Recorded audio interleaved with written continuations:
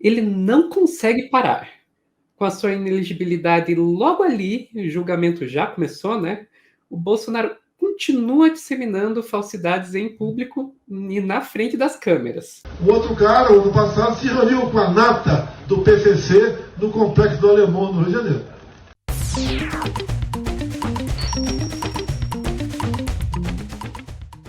O julgamento da inelegibilidade do Bolsonaro, né, ele já começou lá no Tribunal Superior Eleitoral no dia 22 de junho, última quinta-feira, que é só um dos processos que o Bolsonaro está sofrendo lá no TSE de outros 16, né? Esse aí se refere àquela reunião lá com os embaixadores que ele fez no Planalto, que uma coisa bizarra, né? Ele chamou os embaixadores do mundo inteiro para falar que as nossas urnas não funcionam, que o nosso sistema eleitoral não funciona, e transmitiu isso via Facebook, né? Para garantir que todo mundo ia ver as provas do que ele estava fazendo. Com o julgamento já rolando, né? Ele ainda não terminou, foi suspenso, vai continuar na próxima terça-feira. Mas com o julgamento já rolando, os aliados do Bolsonaro esperavam que ele ficasse quietinho, né? Não vai provocar agora, no meio do julgamento, né? Mas não adianta, ele não consegue. Então, já no dia anterior ao julgamento, no dia 21, ele foi lá fazer reunião com os filhos no Senado, no dia que estava rolando a sabatina do Zanin, para garantir que toda a imprensa ia estar lá para ver ele lá, né? E falou mal do Fachin, ministro Fachin, na saída. Uma coisa que os próprios aliados chamaram de estratégia kamikaze, né? E daí parou? Não parou. No dia do julgamento, dia 22, que estava começando o julgamento, o cara foi para um evento em Porto Alegre. E daí lá ele soltou isso aqui. Ou melhor, não é político, é politiqueiro. Tá? Da mais baixa intenção por parte de alguns. Não estou aqui atacando o TSE, longe disso. Mas a fundamentação é coisa inacreditável. Reuniu-se com embaixadores. O outro cara, ano passado, se reuniu com a nata do PCC no Complexo do Alemão, no Rio de Janeiro.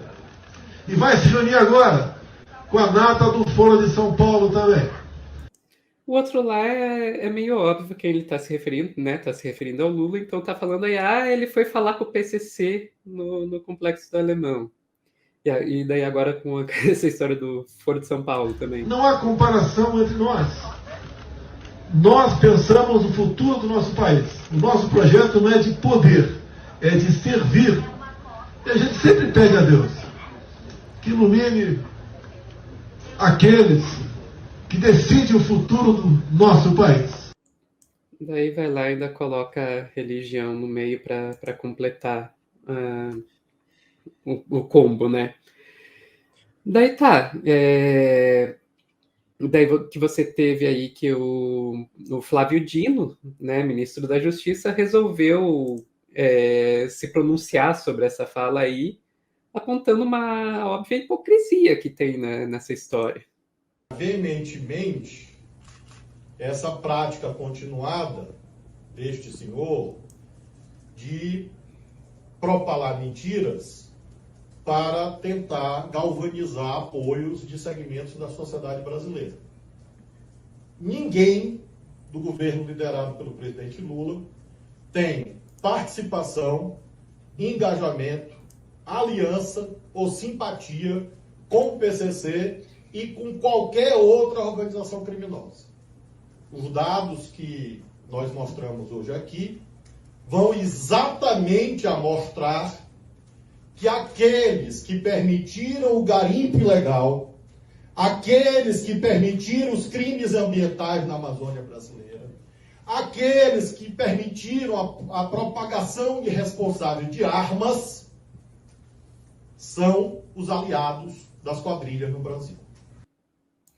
Pois é, né? Quem que estava se envolvendo com grupos ilegais que cometem crimes, né? Que só não era o Lula, né? Mas, Silas, vou passar a palavra para você. Por incrível que pareça, nessa fala do Bolsonaro em Porto Alegre, eu consegui identificar duas verdades. Uma, que não existe comparação entre ele e o Lula. Pô, tô de pleno acordo. O Lula goste ou não dele, ele é um estadista nato, ele é uma pessoa com algum projeto de governo, alguma visão de futuro para o país. Mas o que eu ia falar é que existe uma questão de projeção, quando você atribui ao outro características que você identifica em si próprio.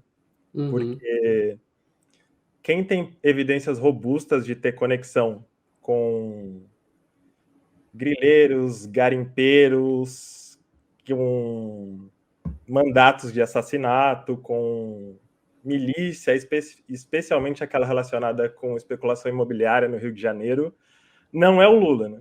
A gente sabe muito bem qual é, e quem se faz de vítima no primeiro dos julgamentos, um dos mais leves, inclusive, essa da reunião com embaixadores, falando, estou sendo perseguido, quando na verdade tem mais uma fila, né?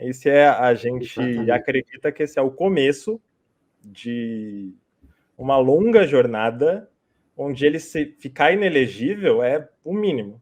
É só a abertura, assim, né? A entrada. O prato principal é a condenação por todas as outras atrocidades, a bizarrice que a gente viveu, principalmente nos últimos 5 anos, mas não só, né?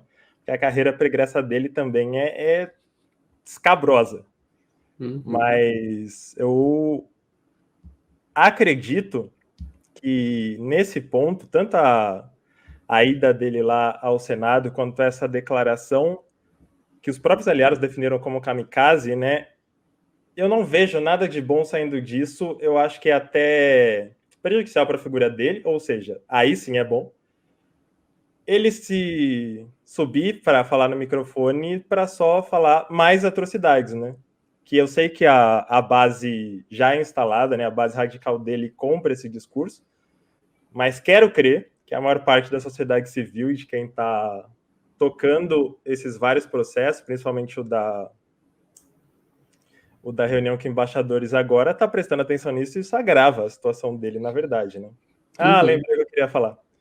Que essa associação do complexo do Alemão, das periferias, né?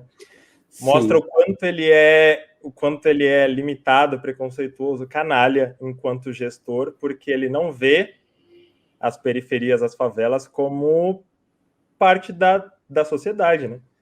Para ele, se está na periferia, inevitavelmente está ligado com alguma facção criminosa, né? O que é absurdo, é surreal.